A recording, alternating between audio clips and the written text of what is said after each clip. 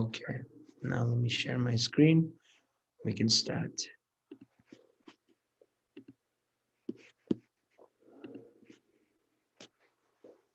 Let me go.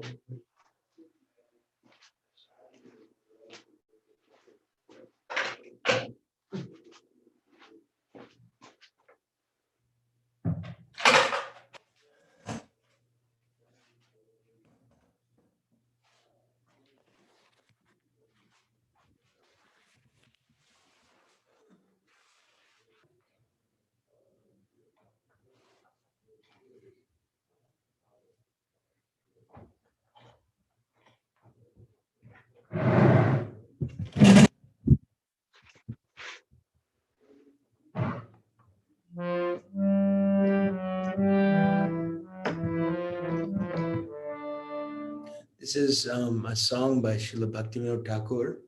It's in the book named Sharanagati. The language is Bengali. The official name is Atma Nivedana Song 3. Very beautiful song to remember.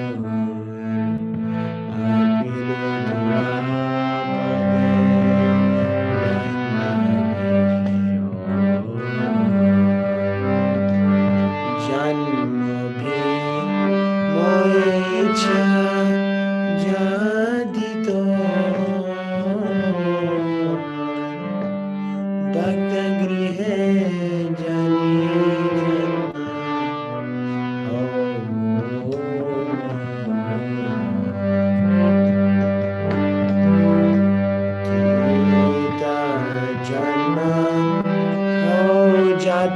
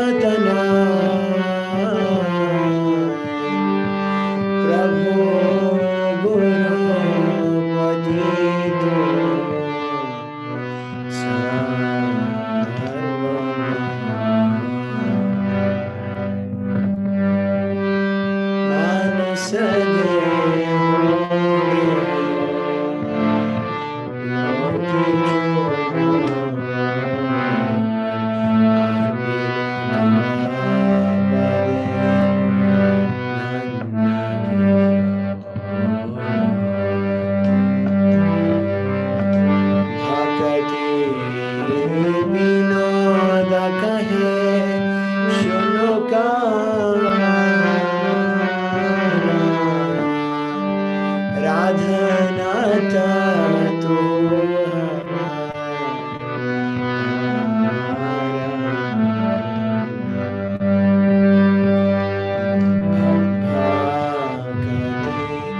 Vinoda kahe shunukana Radhanatha tu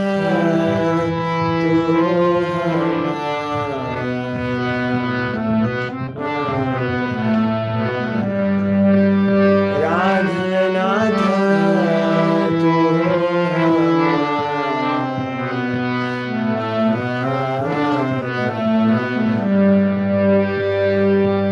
Hare Krishna, Hare Krishna, Krishna Krishna, Hare Rama, Hare Rama, Rama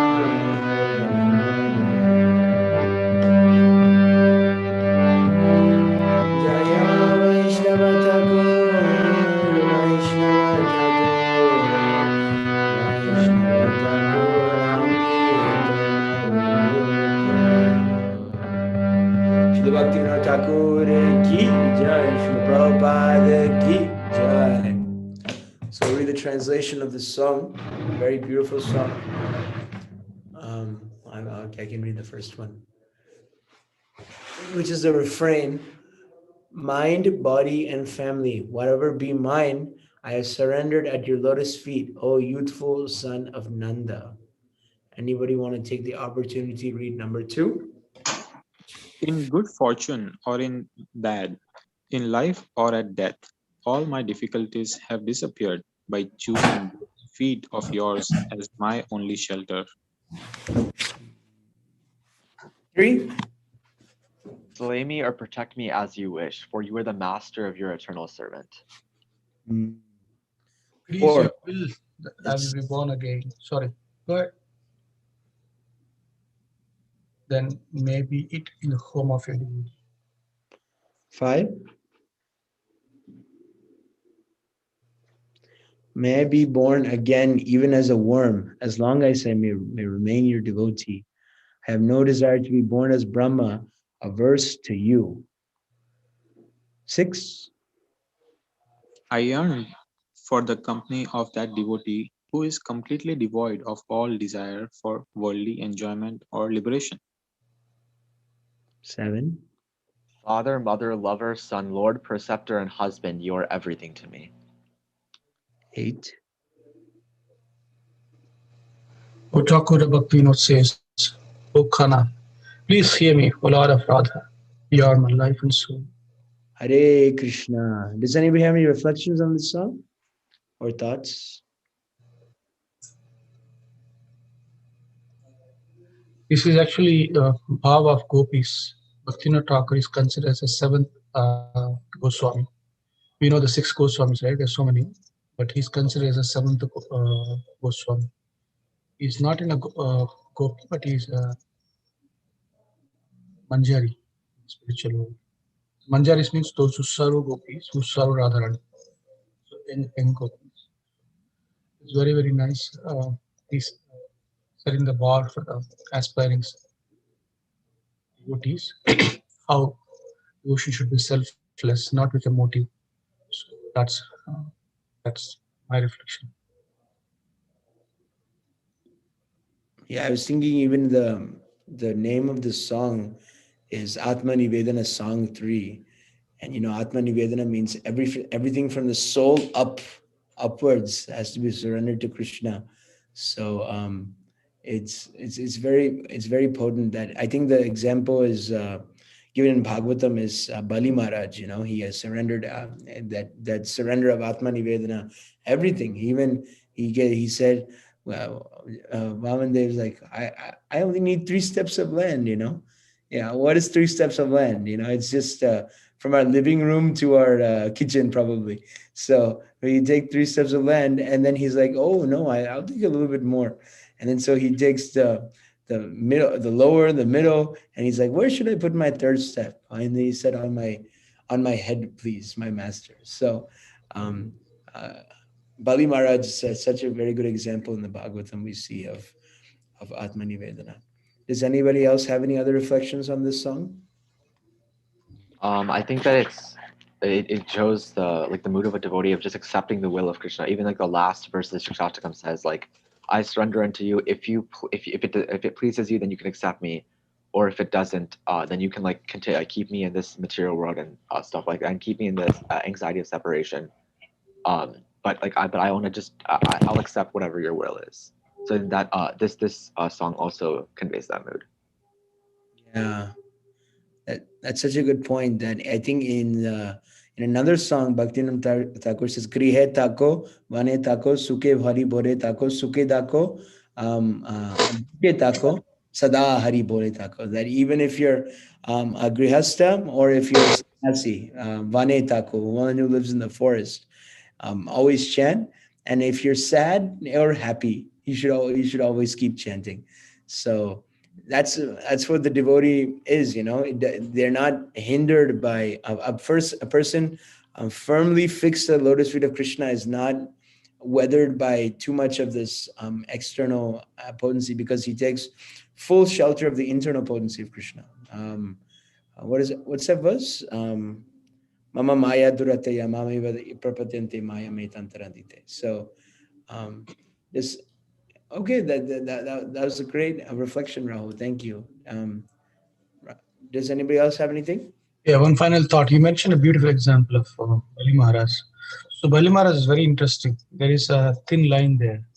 So Krishna shows Bali Maharaj that he's thinking that I can do something for you, giving charity. He says like, what you can do charity. Everything you have is my charity to you. So on top of you think you can do charity to others. So the thought itself is an attachment. So when that was cleared, then only he did Atmaniveda.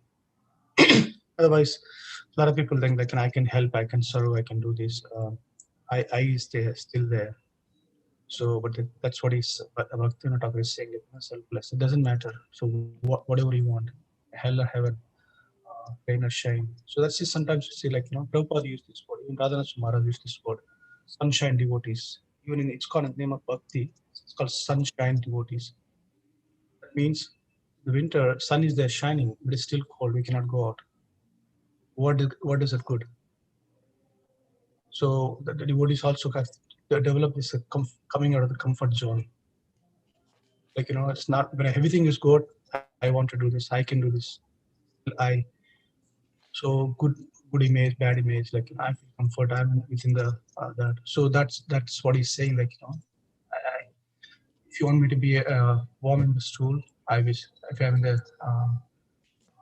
hell or heaven, doesn't matter. So, but there's only one plea. If at all I had to come to this world, just give me a food. He's begging that I can be born in your devotee's home. So that was amazing reflection. Whoever picked this song, thank you, Hare Prabhu. It is a wonderful reflection. Hare Krishna. Thank you so much. I think we can pause our study of the songs of the Vaishnava Acharyas for this week, and we can move on to the Srimad Bhagavatam class. So this week's verses are we're in the thick of the first canto. We're Canto 1, Chapter 6, 34 to 38, and we have our special speaker, His Grace Rahul Prabhu. Rahul is a great friend of mine, and I'm lucky to have him as my friend.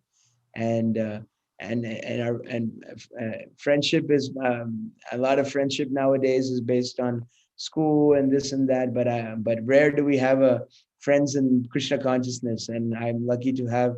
Even if I'm not Krishna conscious, I know Rahul is Krishna conscious, so I have one friend in Krishna conscious. So and he's such an inspiration to a lot of adults and youth. I have to keep reminding myself that I'm not a youth anymore. I'm an adult. But he's such an inspiration to many. He engages in reading Srila Prabhupada's books, which is I can say personally, it's not an easy thing for somebody that young to take very seriously, and he has made it a very core faction of his life to read at least one chapter of Srila Prabhupada's books a day, and he has finished volumes and volumes of Srila Prabhupada's books, and at least in the first run, and he has we all have many more runs to go of the Bhagavatam and the Chaitanya Charitamrita. But Rahul has really taken Krishna consciousness very seriously. He chants in Harinam Sankirtan. He chants his japa, and he's a very, very, really inspiring, nice Vaishnav. And he'll be serving the class today. So the schedule is it's 8:05 a.m. on the East Coast here. Prabhu will speak till 9 o'clock, and then there will be some question and answer discussion. And we only ask if because we're all in a Zoom program, if everybody could turn on their cameras, it would be much more personal and it would make the learning experience much better. So Rahul Prabhu, if you'd like to, you can take it over from here. Hare Krishna. Thank you so much. Hare Krishna, everybody. Thank you, Hari, for that kind introduction. If I've given anything to Hari, Hari's given me so much more. He's a little bit older than I am, but he's a great mentor to me. He pushes me to do more than I think I can, and that's greatly helped my own bhakti.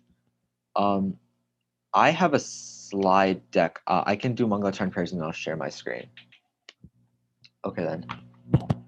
Om Ajnanatimidandasya Jnananjana Shalakaya Chakshurunmilitam Yena Tasmai Shri Gurave Namah Shri Chaitanya Manobishtam Tapitam Yena Rupaye Swayam Rupa Kadamayam Dadati Swadalantikam Vandeham Shri Guru Shri Yuta Padakamalam Shri Gurun Vaishnavamsya Shri Rupam Sagrajatam Sahagana Raghunathanvitam Tamsya Jivam Sadvaitam Savadutam Parijana Sahitam Krishna Chaitanya Devam Shri Radha Krishna Pada Sahagana Lalita Shri Vishakam He Krishna Karuna Sindhu Dina Bandhu Jagatpate Gopesha Gopika Kanta Radha Kanta Namostate Tapta Kanchana Gaurangi Radhe Vrindavaneshwari Vrishabhanu Sutta Devi Pranamami Hari Priye Vancha Kalpatarubhyascha Kripa Sindhubhya eva cha Patitanam Pavanebhyo Vaishnavebhyo Namo Namaha Namo Vishnupadaya Krishna Prestaya Bhutale Srimati Bhaktivedanta Swami Niti Namale Namaste Saraswati Deve Gauravani Pracharine Nirvishesa Sunyavadi Paschata Deshatarine Jai Shri Krishna Chaitanya Prabhu Nityanandana Shri Advaita Gadadhara Shivasadi Gaura Bhakta Vrinda Hare Krishna Krishna Krishna Hare Hare Hare Rama Rama Rama Hare Hare Hare Krishna Krishna Krishna Hare Hare Hare Rama Rama Rama Hare Hare. I can share my screen. Will I get host privileges now? Okay. I think you have them. Cool. Okay.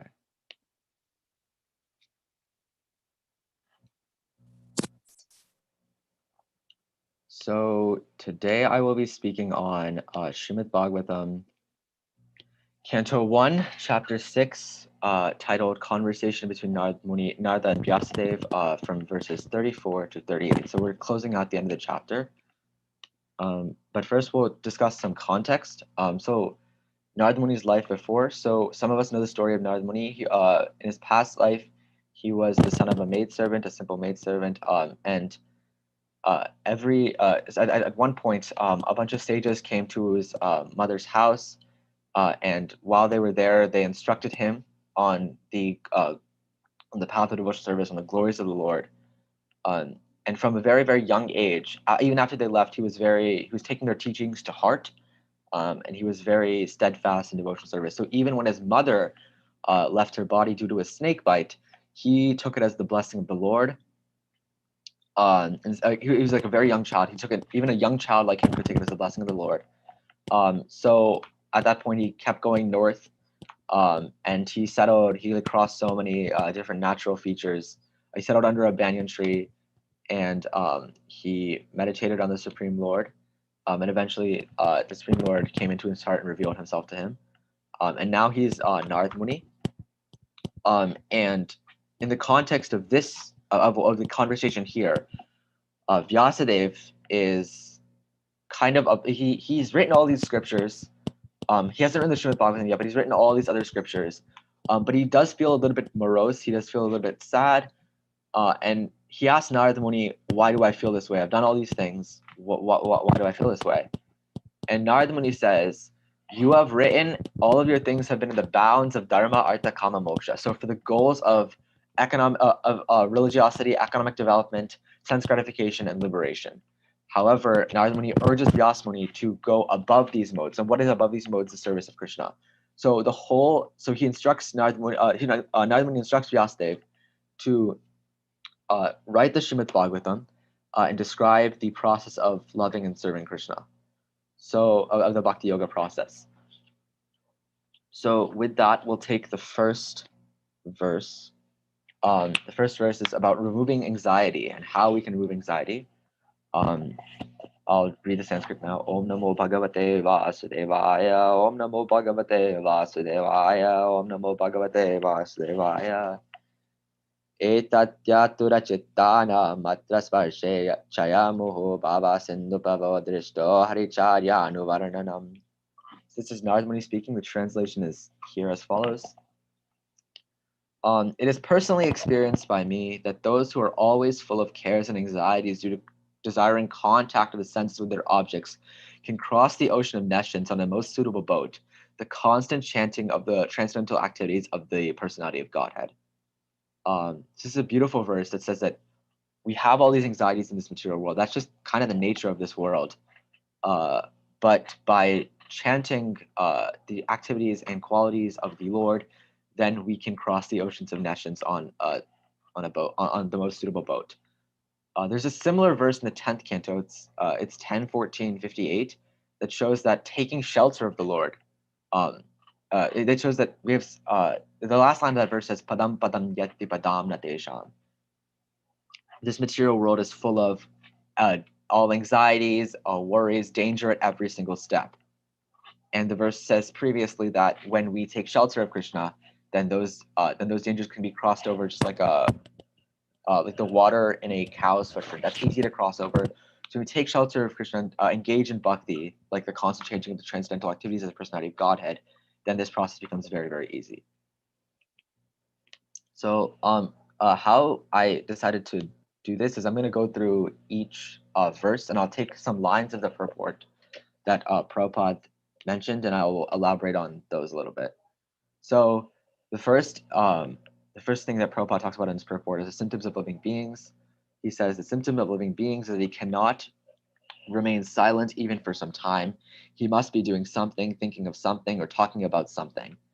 We know that, like we've seen that in our own lives. We can't just do nothing. We have to be doing something. We can't just sit still for a little bit. It's very hard to do that. We have to be doing something. I think Bhakti Rasamrita Maharaj, Holiness Bhakti Rasamrita Maharaj, he was describing an experience he had. He was told to go into this place. I forget exactly where he was told to go to, but the rule of the place is that you can't think of anything. You just sit in silence. So he wasn't allowed to bring anything. He only could bring what he had on him. So he couldn't bring his japamala, but he decided, I'll just chant in my head. But while he was chanting, he started looking around and people were falling asleep because there's no way to just do nothing. You can't do nothing. That's not our nature. We have to be doing something always. So this is where the Bhakti Yoga and the Jnana Yoga differ. Jnana Yoga rejects this material world and wants to do nothing, but that's only halfway of the story. The other half of the story is changing the subject matter of our life. Prabhupada later says, no one can check the thinking activities of a living being, nor the feeling, willing, or working processes. But if one wants actual happiness, one must change the subject matter only. So this is what the Bhakti Yoga process does. We reject the material world and we reject the material activities, but then we replace it with a more transcendental subject matter, the subject of Krishna. So that's what we have to do. We can't just reject and not replace it with anything. Prabhupada gives an example. That's like if a rocket just keeps going on in space, it's going to just run out of fuel and die. That's not that's not possible. We have to take shelter of something. We have to be doing something. We can't just reject everything and not have anything. We have to take shelter of something. So there's a beautiful verse from the Bhishma Stuti. I'll chant it now. It's kind of common. I don't know. I didn't add the translation. I didn't add the Sanskrit, but we can read the translation of this. Shri Bhishma Ruvacha iti matirupakalpita vitrishna Bhagavati Satvata Pungave Vibhumni Swasukam Upagate Kvachit Vihartum Prakritim Upeyushayat Bhava Prava. So in this verse, Bhishma Dev said, "Let me now invest my thinking, feeling, and willing, which were so long engaged in different subjects and occupational duties in the all-powerful Lord Shri Krishna. Desires cannot be wiped out, but they only have to be purified." That's what Prabhupada in the purpose. So what Bhishma Dev says here, that we've had our thinking and feeling and willing, and it's always been engaged in every other activity other than serving Krishna. But now, at the time of death, or preferably earlier, we have to engage all of our different subjects and services and duties and our senses into the all-powerful Lord Shri Krishna. And Prabhupada says in this purport that desires can't be wiped out, so we can't be desireless. Prabhupada's definition of desireless is having no material desires, and purifying the desires to have that we only serve Krishna. That is the definition of real desirelessness. It's not like the desiring nothing, because we've already established that we can't desire nothing. What we can do is desire Krishna and desire to serve Krishna. So let's give some examples of changing the subject matter. The first example is political speech. We can discuss about politics. We can talk about politics and how our political atmosphere is and how everything is having trouble right now.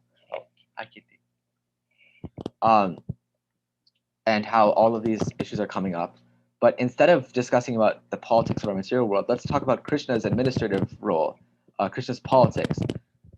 Right now, we see in this picture the pastime of Krishna killing Kamsa. But that's one aspect of his political activities. But after the 41st chapter in Srimad Bhagavatam, after he delivers Kamsa, there's a lot of political activities, and if we listen to that, then we're still getting our political desires, but we're getting it through transcendental subject matter of Lord Krishna. We see that Krishna guides Arjuna on the battlefield of Kurukshetra. We see Krishna deciding when and how to kill Jarasandha. There's a lot of political activities going on in Krishna's Leela, but because it's in relation to Krishna, it is pure. So another example is, we have a cinema house here, a movie theater here. It's empty right now, as it is because of COVID. But instead of going to this, instead of trying to satisfy our senses with that content, we can try to satisfy ourselves with descriptions of the Rasa Leela, Krishna's dealings with the gopis.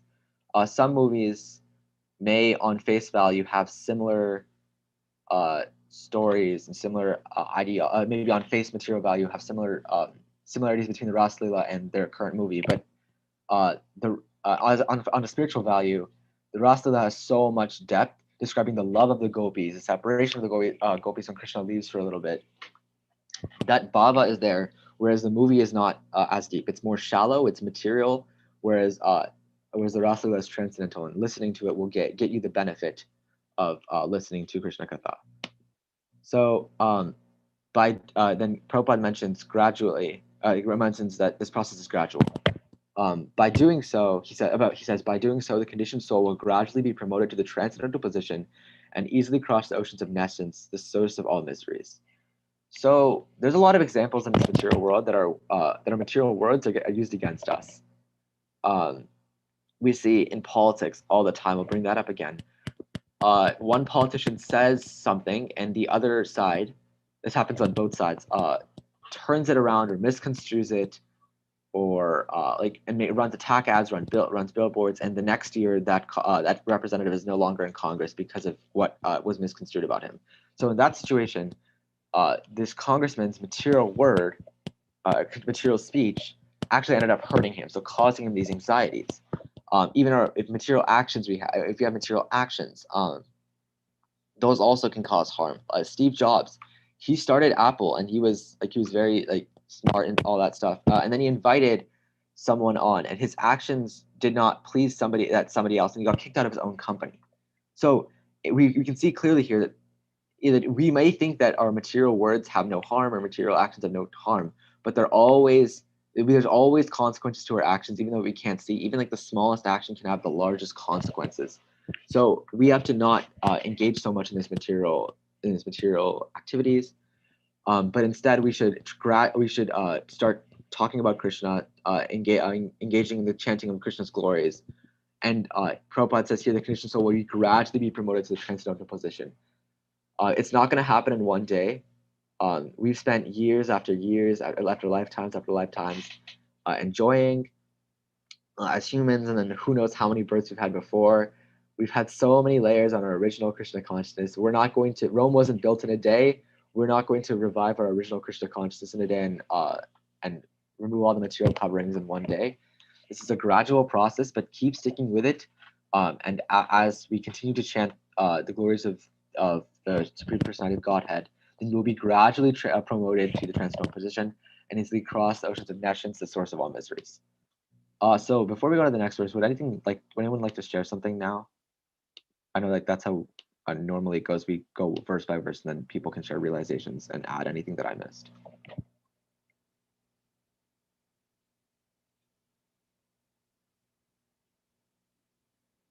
If Naveen Krishna or Hari wants to chime in. I'm good. I'd like to hear more. Okay. I'm intrigued by your approach. Okay. Yeah, it's very inspiring. Keep continuing. Okay, I'll continue, and then we can discuss at the very end then. So the next verse talks about true sense control. The Sanskrit Yamadivi Yogapate Kama Loba Hato Muhu Mukunda Sevayadvat Tatadma Dana Samyati. The translation: it is true that by practicing restraint of the senses by the yoga system, one can get relief from the disturbances of desire and lust, but this is not sufficient to give satisfaction to the soul. For this satisfaction is derived from devotional service to the Supreme Personality of Godhead. So again, Prabhupada here the Vyasmuni here is explicitly making a comparison between the yoga system and Bhakti yoga. So we can practice restraining the senses and try to restrain ourselves, but we have to replace it with something. And the idea is not to completely restrain ourselves fully. We have to have these senses. We've gotten a material body, but let's use it to serve Krishna. So going through the purport, Prabhupada says here, quote, by his experience, he says that devotional service to the Lord is more effective and practical than the system of artificially controlling the senses. In the service of Lord Mukunda, the senses are transcendentally engaged. Thus, there is no chance of their being engaged in sense satisfaction. So this is the difference between, Prabhupada comes back and he'll give an example in the next slide that I'm about to show you. But what he says here is that this devotional service is more practical than not doing anything, than just trying to control our senses. And that stems from the principle that we have to have something, we have to desire something, we have to take shelter of something. It goes back to the rocket example. We can't just be a rocket trying to go on forever in space without taking shelter of something. We have to take shelter of something. So just by rejecting everything, if we reject everything, we'll fall for everything. If we accept nothing, we'll fall for everything. Using that principle, we have to engage ourselves in something. And it's worse to engage ourselves in sense satisfaction, and we'll actually be satisfied and please the Supreme Lord if we engage our senses in devotional service. So we should engage our senses in devotional service, but we still have to have our senses to do that. There's a verse in the Mukundamala Stotra by Kulshekar Agar, and he writes that I wish to use my tongue for chanting the holy names of the Lord, my nose for smelling the tulsi leaves from the Lord's feet, my head to offer obeisances, my feet to walk to the temple. All of these things are, yes, they're senses. Yes, there are 10 senses, but we're using them in the service of the Lord. And that's what makes it different from normal senses. And that's what we need to be continuing. So let's go through some empirical precedent. So there's so many, Prabhupada says there's so many instances in history, just like Vishvamitra Muni's falling a victim to the beauty of Minaka. But Thakura Haridas was alerted at midnight by the well-dressed Maya, and she could not induce that great devotee into her trap. So there's a lot of examples. This was one that we see that sometimes when you have no like shelter, no ground, you just rejected everything. You are like very easily succumb to things. It's Prabhupada mentions that yes, you can merge into the supreme, you can merge into the effulgent Brahman, but you have to come back. You can control your senses, but it's very easy to relapse on that because you don't have another shelter to take it. And I mean, the point has been said a couple times. But if you're already taking shelter of something, it's very difficult to take you out of that shelter. And that's the example of Haridas Thakur that's given here. He was allured at midnight by the well-dressed Maya, but she could still not induce that great devotee into her trap. She couldn't do anything because he had already taken shelter. In one of Prabhupada's lectures, I believe it's Nectar of Devotion, the Nectar of Devotion lectures of 1972 in Vrindavan. I forget which lecture it was, but I know he gives this example of a snake. And he says that the yoga system is trying to quell a venomous snake and make sure that it doesn't bite you. It just kind of like tries to control the snake, right? But the bhakti system is like is opening the snake's mouth and taking out its venomous fangs. So even if it bites, it's not going to kill you because it has no more venom. It maybe do like some little damage, but it's not going to kill you. Whereas in the yoga system, it still has that potency of venom. We can't just stop our senses from doing something. We have to take its potency away. That's potency to do harm to us away. And that's what true sense control is. True sense control is diverting the senses in the correct direction, not just trying to control them. Because we can use our senses really well for the service of Krishna. We've seen many examples of that. We have to take out its potency to use it for our own service. We have to think that, oh, we are not the enjoyer. Krishna is the enjoyer. My goal is not to please myself with senses, not to have sense gratification, whereas to please Krishna's senses. Use your senses to serve the master of the senses. That's Prabhupada mentions that quite frequently. Okay, with that, we can go to the next verse about Narada's birth and activities. It reads, the Sanskrit is Sarvam tamidam akyatam yat prishto ham kyayanaga janma karma rahasyam me bhavatas shatmatoshanam. The translation here is, O Vyasadev, you are freed from all sins. Thus I have explained my birth and activities for self-realization as you have asked. All of this will be conducive for your personal self-satisfaction also. So there's a couple of important points here. Let's start with association.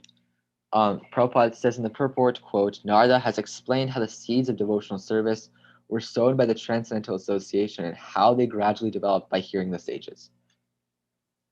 So what Narad Muni says here is that Narad Muni is hinting is that association of the sages and hearing of the sages was what got him what we have. Now we've all heard the importance of association.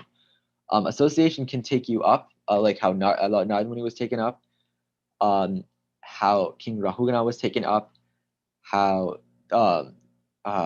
the woman who was sent to distract Haridas Thakur by Ramchandran Khan, she was sent to engage Haridas Thakur in illicit activities. However, it's progressed for 3 days. She was every single day she tried to come, but Haridas Thakur said, "I'm chanting. I'll finish my rounds and I'll satisfy you." And by the time he finished his rounds, it was already morning, so she had to leave.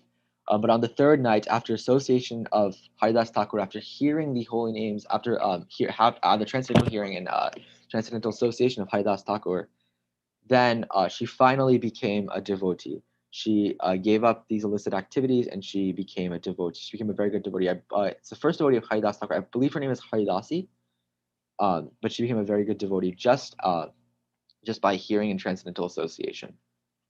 So I'll read a text from another verse in Srimad Bhagavatam. It's from the 5th canto, 13th chapter, 22nd verse. It describes King Rahugana. It reads, quote, association with pure devotees certainly frees one from the material clutches. This is certainly true of King Rahugana's association with Jadabharat. King Rahugana was immediately freed from the misgivings of material association. The arguments offered by pure devotees to their disciples are so convincing that even a dull-headed disciple is immediately enlightened with spiritual knowledge. So this brings up a lot of this pastime, and this section of the Srimad Bhagavatam has a lot of points to be made regarding association. So the first point we can talk about is Bharat Maharaj. He was in bhakti, he was practicing devotional service, but then in the final moments of his life, I think the last stage of his life, he saw a deer, and gradually he kept getting attracted to that deer, and eventually he was so attracted to the deer that at the time of death he wasn't thinking of Krishna, but rather the deer. And his next birth, he had to take birth as a deer. So in this deer body, he was like, "Oh no, what have I done? This is really sad." So he goes back to the ashram that he went to. I think it's called Pulaha Ashrama, and he tries, just by being that in that environment, he tries to like practice devotional service or whatever he can as a deer. But then his next life, he becomes Jada Bharat. But he's learned some lessons. He knows what to do and what not to do. The biggest mistake that Bharat Maharaj said that he made was that he started going through material association. He fell down due to strength of material association. So this time he says no material association. And he appears, in order to do this, he acts very he acts in ways that won't get much respect from human society. He's fully aware of that. It's described that like he doesn't talk, or he might use wash his hands then use the restrooms the opposite way. There's different stories about this. But he was kind of regarded in society as good for nothing, which was wonderful for him because he didn't want to associate with anyone. Externally, he appeared very crazy, not very advanced, a little bit behind, good for nothing. But internally, he was a very, very good devotee. He was always absorbed in this, in the thoughts of Krishna, service of Krishna, all these things. But he put up this facade just to not have to associate with material, to not have material association, to prevent himself from falling down again. But then later on, he was sitting in this field, and the King Rahugana, was coming on a palanquin. One of his servants asked Jada Bharat to carry the palanquin for the king. And while I believe while he was carrying the palanquin, he was like just mentioning the names of the Lord, and he was a little distracted with the thoughts of the Lord. And King Rahugana stops him and says, "Wait, what's going on? You're supposed to carry my palanquin.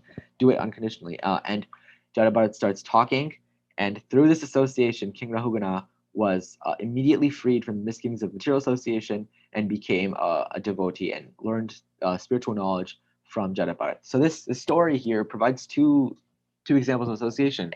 It's a way that association can bring you down, from up to down, like association with the deer, but then how association can bring you down to up, can you from low to high, like Rahugana association with King Rahugana's association with Jada Bharat. So in this way, we see that association can be, it's like Prabhupada uses the example like a knife in a surgeon's hand is saving a life, and a thief's hand is killing a life. So association is really, really powerful, but we have to use it correctly, and we have to make sure we're in the right company. It's not just enough to be and just associate with people. We need to be associating with the correct people. And the correct people Prabhupada describes is the devotees. I'll touch on this a little later, but when Krishna enters Mathura, he gets garlands from this garland seller named Sudama. And Sudama is a very, very good devotee of the Lord. But after Sudama offers him all of his garlands, Krishna asks him, what do you want? And Sudama says three things. I want the unconditional love to the Lord. I want the association of pure devotees, the association and friendship of pure devotees, and I want eternal compassion. I'll talk about this later, but the second one's very important, that we say the association of pure devotees. Even Vritrasura says that I've been, in his last verse, I've been wandering out in the material world. All I want is friendship with your devotees. Because the potency of association is so strong, if it's done wrong, it'll really hurt you. But if it's done right, it can take you all the way up, and aid you in your devotional life and spiritual life. So the second part so we already talked about, there's two parts of this verse, two messages. The first was the association part of it, how Narada Muni gained transcendental association, and that's why he became like this. But then the second part was the result of hearing from these great sages. Prabhupada says in his purport, quote, "The result of such hearing is detachment from worldliness, so much so that even a small boy could receive the death news of his mother, who is his only caretaker, as the blessing of God." So hearing is detachment from worldliness. Why is it detaching? Because when we hear something, we become so attracted to Krishna and we only have the power to be attracted to one thing or another. If we're really attracted to Krishna, we're not going to be attracted to this material world. So when we hear, we become so attracted to Krishna, and generally love develops. And in the bhajan today, there was a couple of lines talking about how, like, whatever you do, Krishna, I will accept your will. The Shikshashtakam that says in the last verse, you can reject me, accept me, whatever, I will accept your will. That when you have this attachment, that love for Krishna, you just want him to be happy, you have that will. So when Narad Muni hears, as a small boy, the death news of his mother, his only caretaker, he took it as the blessing of God. This is Krishna's will. He loves me, I know that, so I'm just going to take this as a blessing of God and continue on. And then he, like, I explained it earlier today, but and it's been explained multiple times. He goes north. He sits under a banyan tree. He meditates on the Supreme Lord, and he eventually, the Supreme Lord comes into his heart and reveals himself. So there's a beautiful, beautiful verse to describe another benefit of hearing. The Gopi Geet, Srimad Bhagavatam 10.31.9. Tava katamritam tapta jivanam kavibiriditam kalmasapam Shravana Mangalam Srimadatam Bhuviranantiye Burida Jana. And the gopis describe here in the separation mood of the Lord. The nectar of your words and the descriptions of your activities are the life and soul of those suffering in this material world. These narrations, transmitted by learned sages, eradicate one's sinful reactions and bestow good fortune upon whoever hears them. These narrations are broadcast all over the world and are filled with spiritual power. Certainly those who spread the message of Godhead are most munificent. So the Gopi said that the nectar of your words and these descriptions, the katha and the glories of the Lord, speaking of Krishna katha that Narad Muni describes here, are the life and soul of those suffering in this material world. They can relieve all anxieties. They can detach us from this material world and stop its suffering. The gopis go on. These narrations transmitted by learned sages eradicate one's sinful reactions and bestow good fortune to whoever hears them. So if we hear from learned sages, if we hear from pure devotees, if we hear from like higher senior devotees and higher people, then they'll eradicate our sinful reactions and bestow good fortune on whoever hears them. In this case, good fortune means detachment from this material world and attraction to Krishna. And these narrations are so powerful. They're more powerful than anything else. We can't focus. I at least for me, I've noticed, and especially in online class, even in normal class, I can't focus for my teacher for more than like 14 or 15 minutes. Like sometimes, like my teachers will be a little bit merciful and give us a break after that, and then like reconvene after a minute. But we notice that we can listen to katha for a longer time because we have that attraction, that spiritual power that is shown in katha. And then the gopis conclude that whoever spreads the message of God are most munificent because they are relieving the suffering. And the reason that is because they're relieving the sufferings of those in this material world. And that is the result of hearing. The detachment, which is attachment of the sufferings, which means all good fortune to us, and attraction to the Lord, which is our ultimate benefit. And the exemplification of this is Narad Muni himself. Prabhupada says, all the mysteries of transcendental realization are duly experienced by Narad Muni himself, and therefore by hearing such an authority, one can have some idea of the results of devotional life, which are hardly delineated even in the original text of the Vedas. In the Vedas and Upanishads, there are only indirect hints to all of this. So this goes back, explains that we need to see the practical sides of things as well. We need to hear from devotees and get their interpretation. It's not enough just to read the Vedas and Upanishads. We need to hear from devotees how to interpret that. That's why Prabhupada puts in his purports. That's why devotees have Srimad Bhagavatam class so that we can understand what's the import of the verse that we are describing here. Why is it important? And how can we apply it into our own life? How can we internalize it and become a better devotee? This is the point, because we need to see the examples of other devotees. That is also why Narad Muni, that's why Vyasadeva writes Srimad Bhagavatam. That's also why Chaitanya Mahaprabhu descends on this material universe, because that he needs to show an example of how one should act. And I think there's many other reasons, but one of those reasons is also like showing an example of how to act in devotional service in this material world. We can read the Vedas and Upanishads, But we need to read the Srimad Bhagavatam, and we need to read the purport and hear from a pure devotee describing the import and the nectar and the essence of these verses that we're reading. So that's why it's important to read from Srimad Bhagavatam and read from Srila Prabhupada's books as well.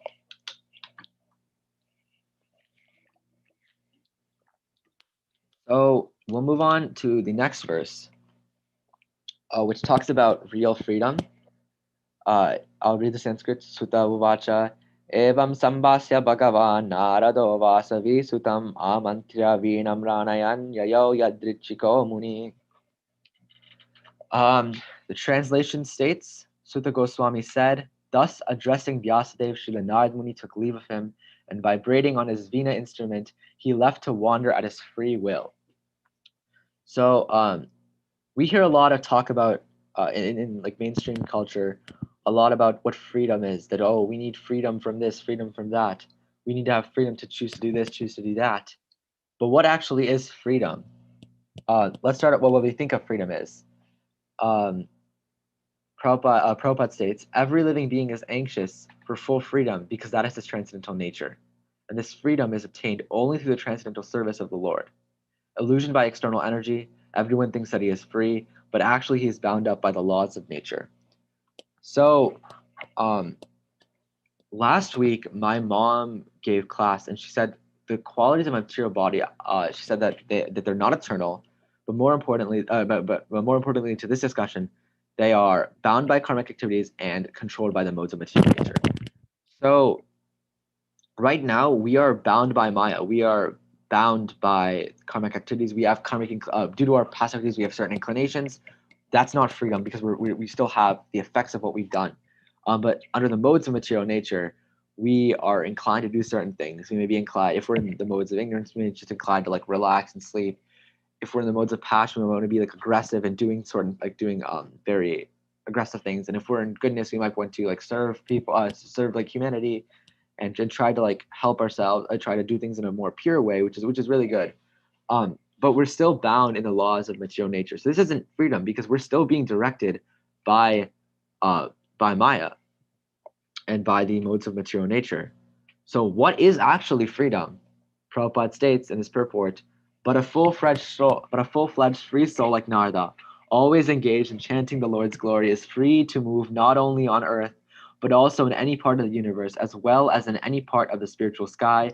We can just imagine the extent and unlimited of its freedom, which is as good as that of the Supreme Lord. There is no reason or obligation for his traveling, and no one can stop him from free movement.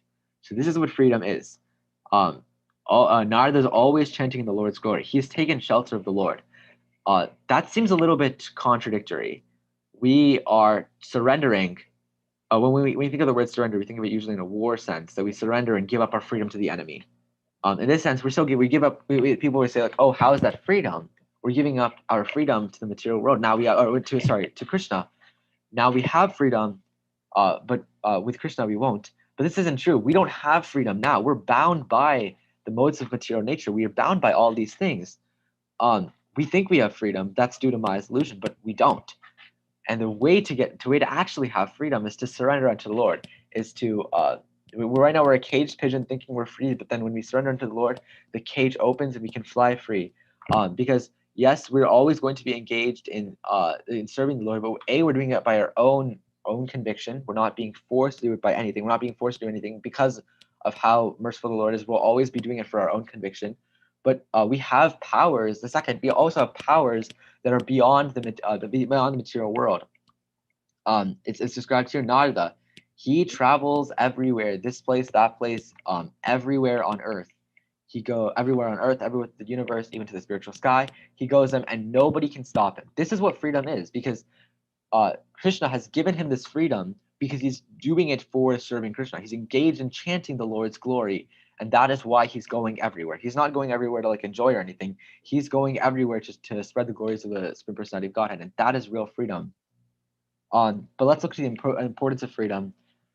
Prabhupada states in his purport, without freedom, there is no execution of devotional service. The freedom surrendered to the Lord does not mean that the devotee becomes dependent in every respect. The surrender unto the Lord through the transparent medium of the spiritual master is to attain complete freedom of life. So Prabhupada mentions here that we can't, without freedom from the material modes, we don't have any ability to execute devotional service. If we're still under the material modes, it's very, very difficult to execute devotional service. We have to go away from the material modes. We have to recognize that we're not the body. We have to recognize that we're a servant of Krishna, and only then we have to give up all material designations and recognize that we're a servant of the Lord, and only then we can execute devotional service. And then Prabhupada states in the second sentence, the freedom surrender to the Lord does not mean that the devotee becomes dependent in every respect.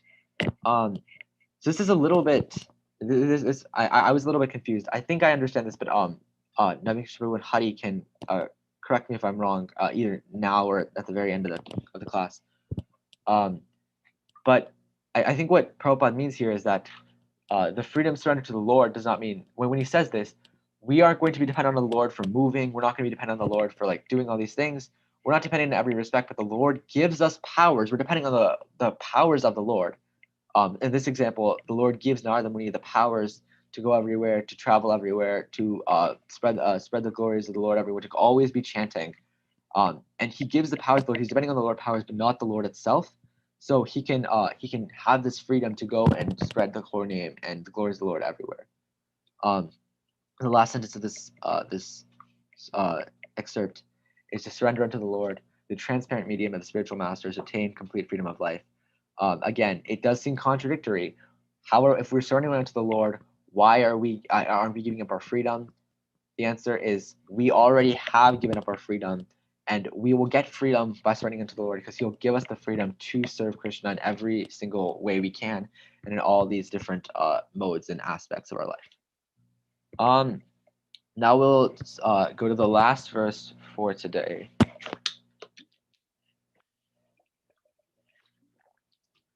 The last verse today. This verse talks about the wraps up the chapter, and it describes the glories of Narada Muni. The Sanskrit is Aho Devarshi Danyo Yam Yatkitam Sargadan Danvana Gayan Madhyan Nidam Tantya Ramya Yatyaturam Jagat. And the translation reads, all glories and successes to Srila Narada Muni, because he glorifies the activities of the personality of Godhead, and in doing so, he himself takes pleasure and also enlivens all the distressed souls of the universe. That last clause right here, there's two things that are mentioned here. In doing so, he himself takes pleasure, but he also enlivens all the distressed souls of the universe. So that's what devotional service is supposed to do. When Prabhupada's general instructions is accept what I have taught you, and spread what I have taught you. So take pleasure in what I've taught you. Accept, follow what I've taught you. Follow all the things in the scriptures, and then enliven all of the distressed souls of the universe. Just distribute these teachings to everyone. Going through the purport, first Prabhupada mentions that no one is happy here. He states, no one is happy here within this universe, and what is felt as happiness is Maya's illusion. No one can be truly happy with this material world. Sometimes this statement might be like, oh, well, that's kind of depressing. We're not going to be happy. That's not true. But then people might say the counter argument is like, oh, I do get happiness. We have these sense of modes of enjoyment. But let's sit and think if it's really happiness. I'll use my life as an example. The past couple of weeks, I've been stressed out with exams and school and stuff. Sometimes I might say like, oh, I just want to sit on my computer and play games or watch YouTube for a little bit, and not just enjoy for a little bit of time, not worry about like my school activities and all of that. And I feel like a little bit of happiness, like for maybe 1 hour, I watch YouTube, but then immediately after I close out of the tab, I have all of these assignments that I have to do. I have this anxiety to complete them. And in that anxiety, I wear myself out, and I go through my routine. I get through another day of school, but the very next day, I am so tired and I'm not fully satisfied that I sometimes think, oh, the way to do this is to just sit down and relax for a little bit, and then I sit down and relax, and then I'm more anxious, and I'm done with that, but then I have more anxious and more anxiety, more work to do. That I have to do all that work that wears me out even more, and then the cycle continues. this isn't true happiness if I have to keep coming back to things I'm not fully self-satisfied, because this so-called happiness has actually just caused me a lot of distress, a lot of anxiety. And this is like this is common in our lives. Like we see this all the time. But what we consider happiness is actually not happiness, because it causes more anxiety in the end. So yeah, well, we might think it's happiness, but it really isn't. But this is what let's look at what a devotee's mission is. Srila Narad, Prabhupada says in the purport, Srila Narad Muni, in order to enlighten the miserable inhabitants, wanderers everywhere, his mission is to get them back home, back to Godhead. That is the mission of all genuine devotees of the Lord, following the footsteps of that great sage. Unfortunately, we've listened to the bhajan Janilo Premadana multiple times over the past year, because we've lost a lot of association and a lot of devotees like Bhakti Maharaj and Pankaj Prabhu more recently have returned to the original position as direct servants of Krishna and Goloka Vrindavan. But I went and looked at the actual song and the lyrics, and the first name Narottam Das Thakur mentions is not Lord Chaitanya Mahaprabhu. He says, Janilo Premadana Koruna Prachur, Heno Prabhu Kotagela Acharya Thakur. The first name he mentions is Advaitacharya. Why does he mention Advaitacharya? Koruna Prachur. He is so merciful and compassionate. Where has such a soul like Advaitacharya gone? Where is someone who is so compassionate to the fallen souls Advaitacharya has gone? And when he later mentions like Raghunath Das Goswami, he says, he says he calls them Patita Pavana, the deliverer of the fallen souls. This is the mission of devotees. Our goal is to deliver everyone from this material world, because this is not happiness.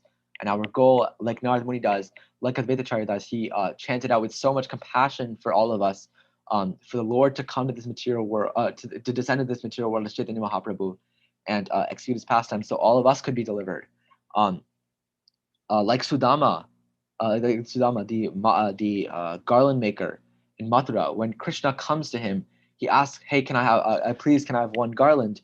And Sudama, with so much love, doesn't give one garland. He gives all of his garlands. He gives many garlands, not just his worst garlands. Oh, I just made this, I'll just give it to you here. He gives his best garlands, and he gives all good garlands to all of Krishna's friends who are with him. So, and when Sudama gets asked, what do you want for this service? I want three things. The first is unconditional love to the Lord. The second is association with devotees. But the third is eternal compassion for everybody. Compassion in this situation is wanting to solve, is feeling the sufferings of others. Like saying, oh, I see your suffering. I feel it the same way. And then eternally solving that issue. And what's the eternal solvency for the suffering that we have? That is devotional service. That is spreading the glories of the Lord. That's what we have to do. We have to work to have our personal sadhana, but after that, we need to spread this movement. We need to spread this movement, spread Krishna consciousness to everybody. Once we're mature enough, that we have to prioritize we have to balance our personal sadhana and also like preaching as well, and spreading the movement to everybody in a compassionate way, and having the desire to deliver every single soul on this planet and give them what has given us so much happiness, and what will give us transcendental bliss, devotional service to the Supreme Personality of Godhead. It's 8:53. I think I'll stop now. I'm out of slides. But yeah, Vancha kalpatarubhyascha kripasindubhya eva cha patitanam pavanebhyo vaishnavebhyo namo namaha. I'll stop sharing now and I'll turn it over to Hari. Hare Krishna, Rahul Prabhu. Thank you so much for that wonderful, wonderful class. Sumitra Maji lifted us up last week, and then we were all, I think Krishna was telling we were all falling down a little bit, and then so he sent a messenger like you to put us back up into ecstasy. So we will open it up for question and answer and discussion. Does anybody have any thoughts? You can either raise your hand or you may unmute yourself. Hare Krishna.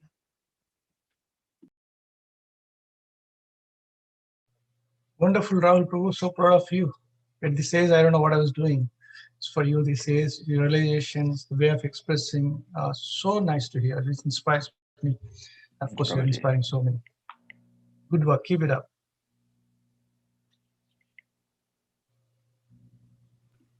Yeah, very, very inspiring, Rahul. The way you connected things, and your understanding is very deep. Actually, it's really up to the point. Like bingo, here we go. So it's very nice actually for someone to digest. It's not what do you call it, flavored in a different way kind of thing, but you are up to the point and you're kind of giving the sense, and with very nice examples. Actually, they are very inspiring.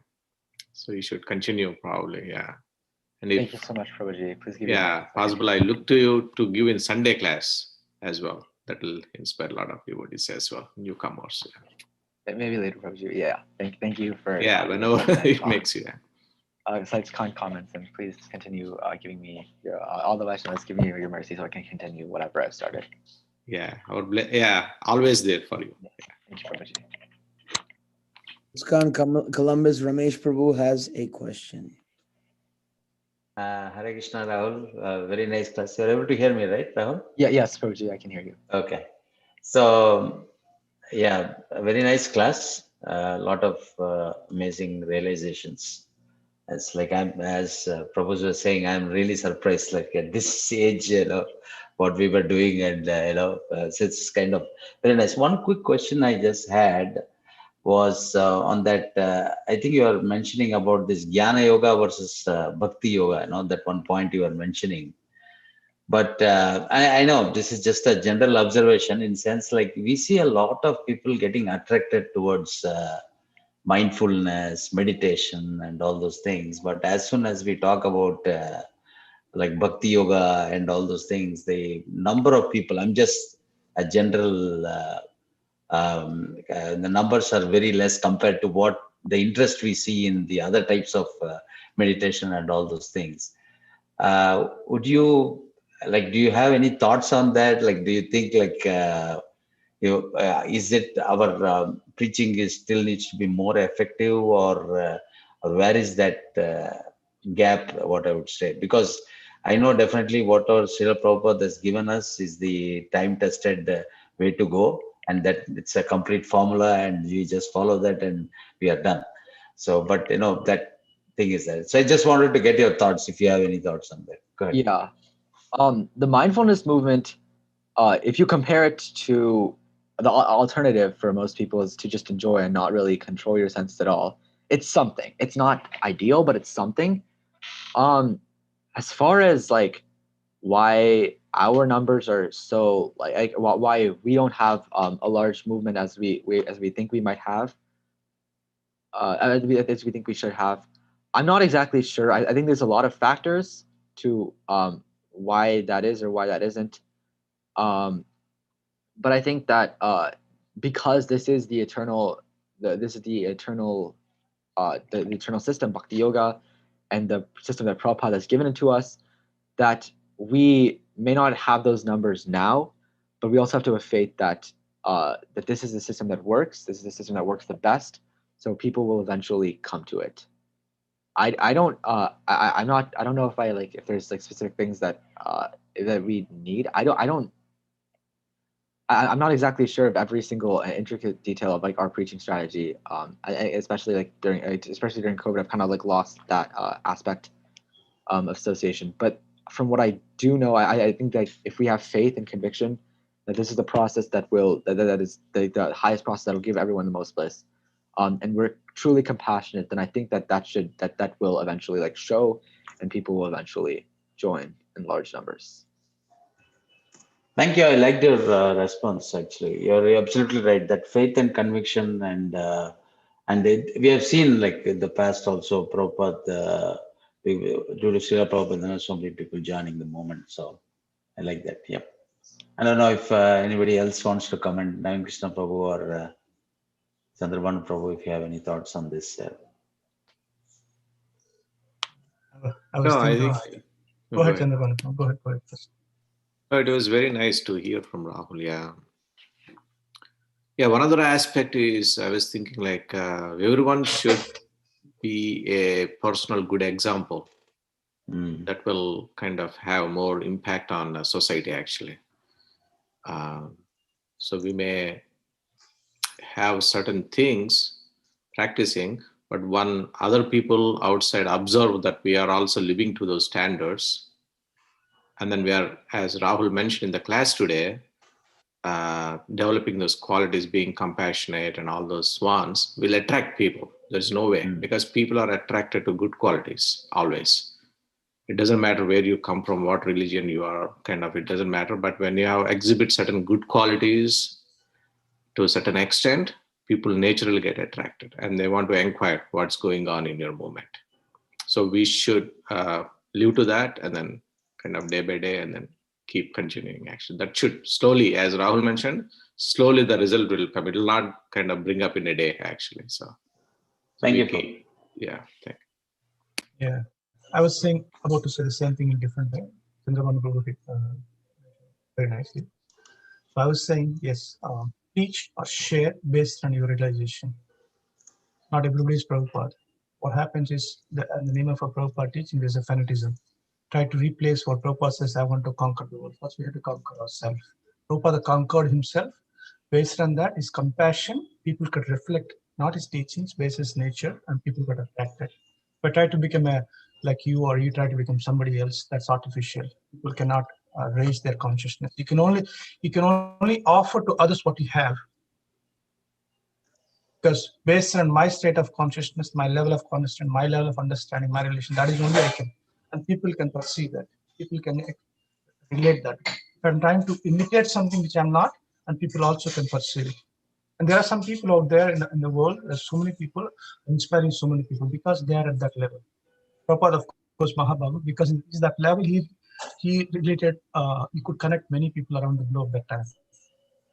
And then now, as a matter of time, as that person developed that real compassion. A lot of times we wanted to show compassion based on what my understanding of compassion. So people out there are very intelligent people, especially nowadays. People understand. But if you have a genuine based on what you know genuinely, then you can connect people around you immediately.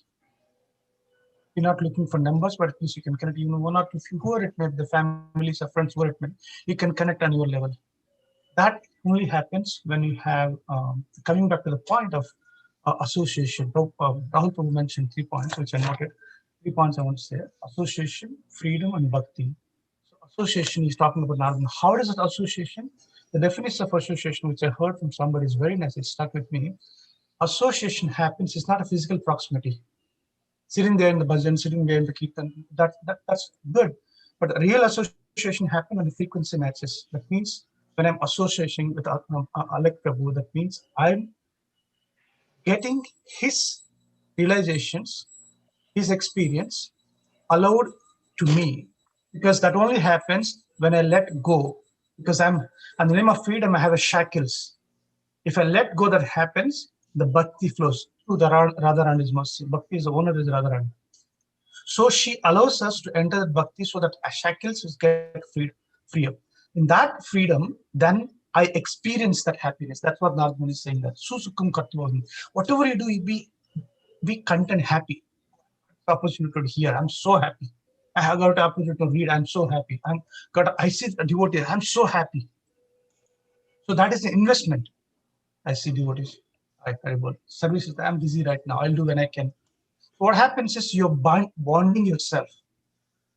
On one sense, we're saying, I want the freedom, I want the love, and I want the devotion, I want experience. But other sense, I'm putting my own shackles.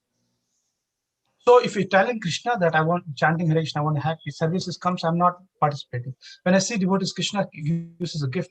I see devotees, yeah. Sunday feast, yeah. What happened? Krishna says, you are asking, I'm giving, you're not happy. Krishna says, Susukam Kartuvam, whatever it, when I cooking, when I clean the bathrooms, whatever it means, you feel happy, so grateful. So then see the miracle. Then Krishna gives more and more and more, and Radharani gives more and more, then you experience the same thing. That's real freedom. That's association.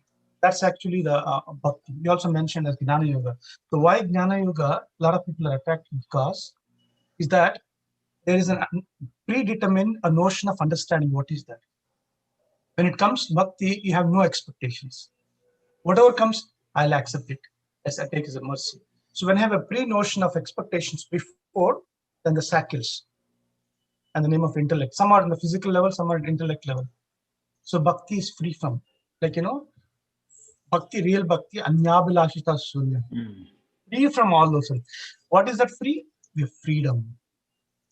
What is the opposite of freedom is a shackles. Who is putting it? It's nobody else other than me. I just want to share that. Thank you, Yeah. Prabhu. I want to say like 2 points of just the comments that have just been made recently. So, what Chandrana Prabhu is saying is correct, that we have to be good people, respected people. In 1 or 2 generations, the Catholic Church went from being crucified to becoming the religion of the Roman Empire because they could get into positions of power. They got respected, they got educated, they got what was needed there, and then the entire Roman Empire came into the Catholic Church. When just a couple of generations ago, they were being nailed to crosses and crucified. So, that's what we have to do. Bhagavad Gita says, "Whatever great men do, common men follow." So that has to be our goal. That when we advance in our material life and get into material positions of power, if we're doing it in if we have pure like Krishna consciousness, if we're pure devotees, as Navinkrishna mentioned, if we're as pure as we can be, and we are truly thinking of Krishna, we're always in Krishna consciousness. We're not going to get affected through negative. We're not going to get negative effects of being in those positions of power.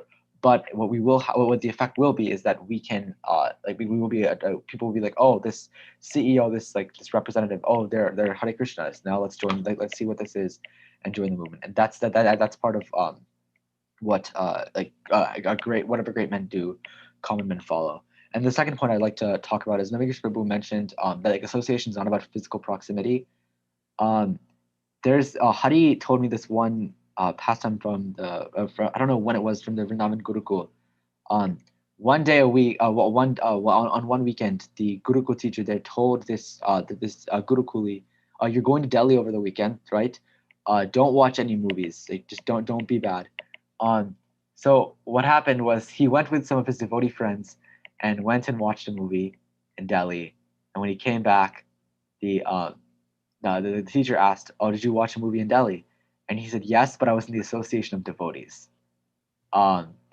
That's obviously not association, because he was doing something that wasn't increasing his desire towards Krishna. He wasn't.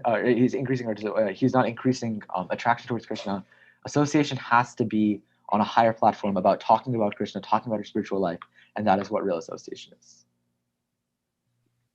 Yeah, that is fine. I think what you said is correct, but it's a gradual process. It's a gradual process. We can't they can't be forced on us. They can't be. Yes. Everything in bhakti is a gradual process. They can't because be everyone has their own free will, and then what they have got from the previous lives. It's a gradual process. Someone may switch right away. Someone, it takes some time, few years, a few lifetimes. But as long as they're on the path, it should be fine. Yeah. even like a little bit of like association with a pure devotee, just like getting like being seen by a pure devotee, that will help us. That'll Yes, definitely. Pure devotee. So yeah. Anything else? I see Alec Prabhu has his hand raised. Yeah, Alec has his hand raised. Hare Krishna, Prabhu. So first of all, thank you, Rahul Prabhu. That was an excellent presentation. I really loved how you, gave all the examples, and then you also explained all the tricky points there. So it was very inspiring. So just to add on to this point that Ramesh Prabhu asked, that why there are less people interested in Bhakti Yoga, more people interested in other practices. So the first thing came to my mind was I heard this, I think, from Prem Sindhu Prabhu, that how there is like real diamond shop, and then there are fake diamond shop. So where we'll see more people. So it's bhakti is like that, it's highest standard, and it gives the highest joy and happiness. And for that, one has to give up all the material desires. I mean, not give up, but it will slowly become Krishna conscious, all these desires, which is separate, enjoyed separately from Krishna.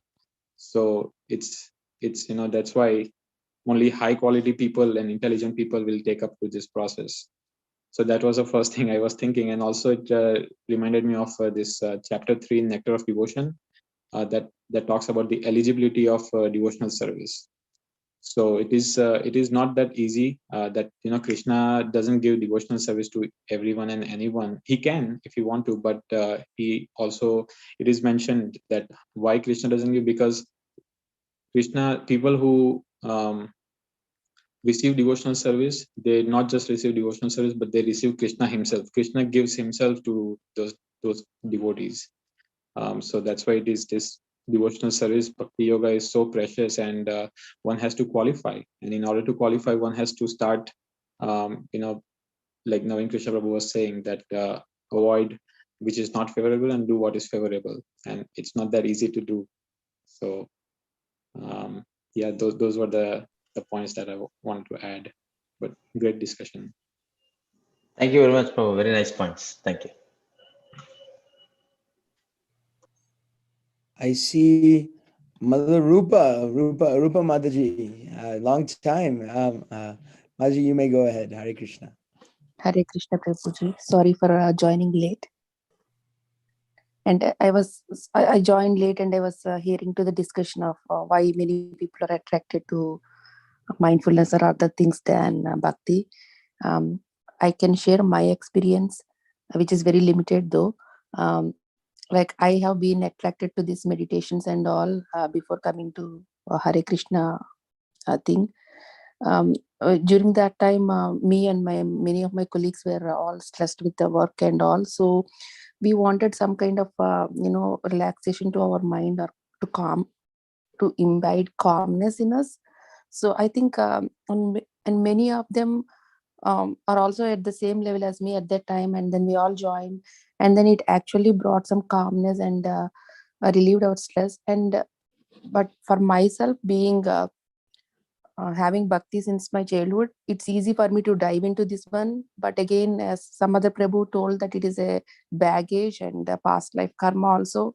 Bhakti yoga is not that easy for all to understand. And but once you are there, my understanding is that whatever, having an experience of meditation and also the bhakti yoga, I can say that bhakti yoga has, like, sitting there for hours in meditation. For me, bhajan also brings the same thing. For me, bhajan is a meditation for me. But people say that, you are engaging. Those people say that you are engaging, you're opening your eyes, and then you're. But for me, opening your eyes, I'm in more meditative state than when I'm sitting in meditation, being in bhakti yoga. So that's my experience that I wanted to share.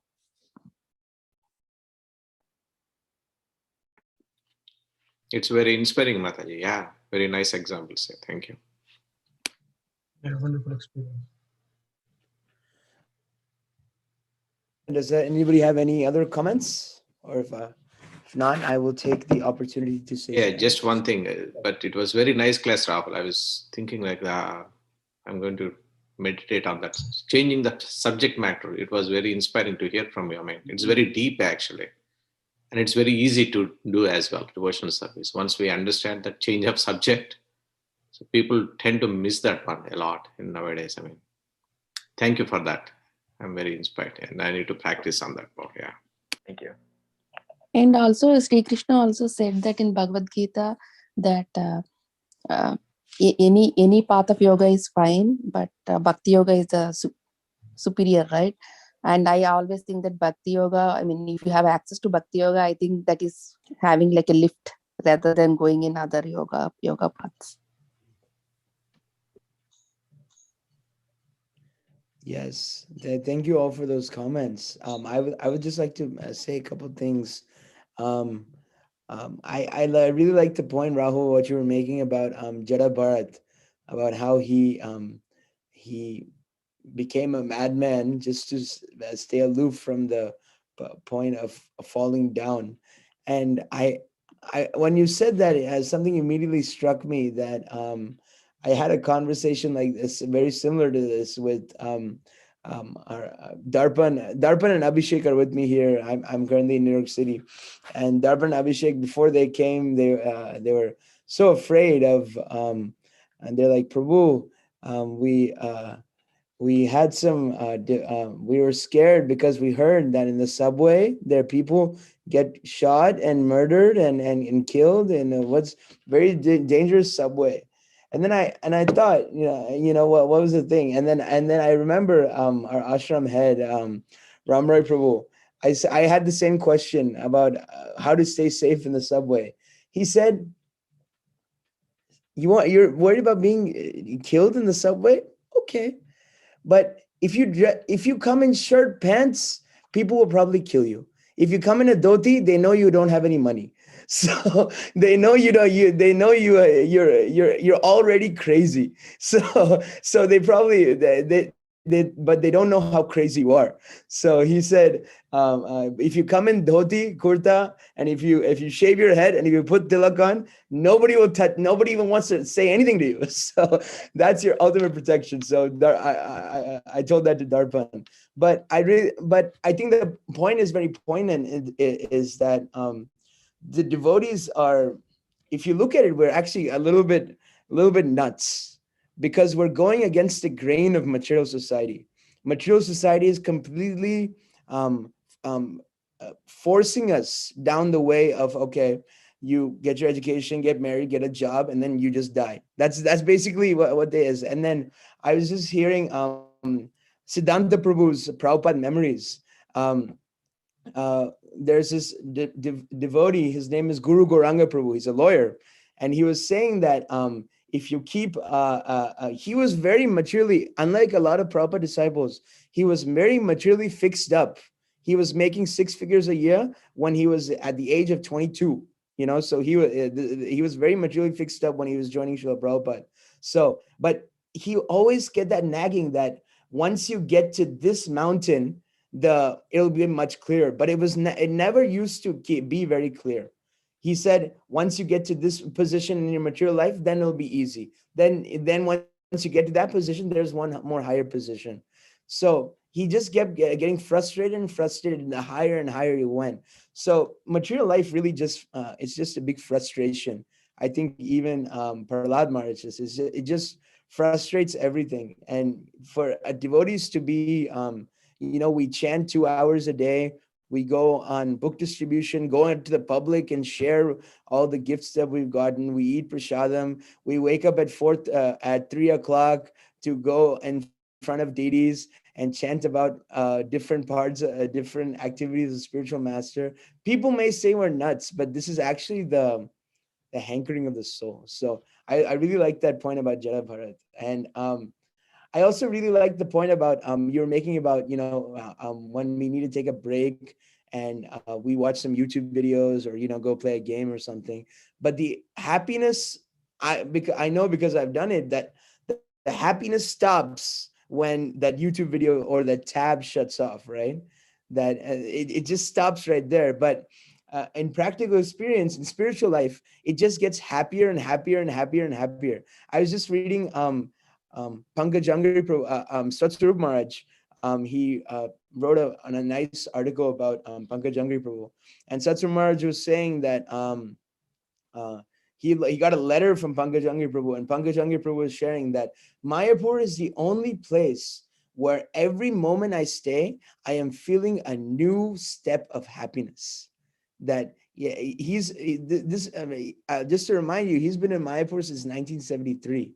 So just think, we've lived in our house maybe 5-10 years, but these devotees have been living for more than 49 years, and they're still feeling ananda after so long. And I was thinking that that's the difference between spiritual life and material life. It's just spiritual life, it's bliss and more happiness. You get more and more happiness.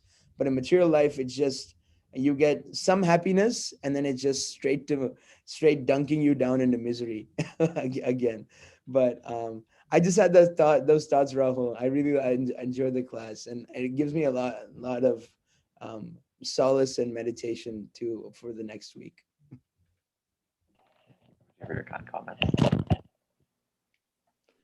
Does anybody else have any other thoughts?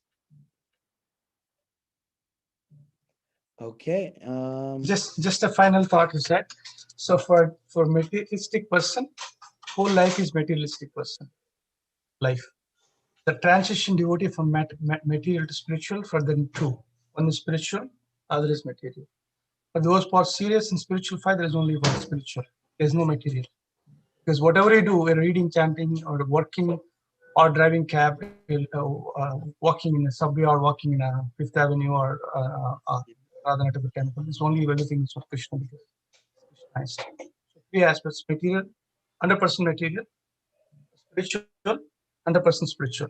Transition, they see the 2 different things. So now it's under us where we want to put ourselves. Bhagavatam Krishna explains there is only one. There's nothing beyond Krishna's purview. Krishna's purview, everything is spiritual. It's my consciousness that I see as a matter, I see as separate from matter. Because for me, suffering is absence of enjoyment. Enjoyment is absence of suffering.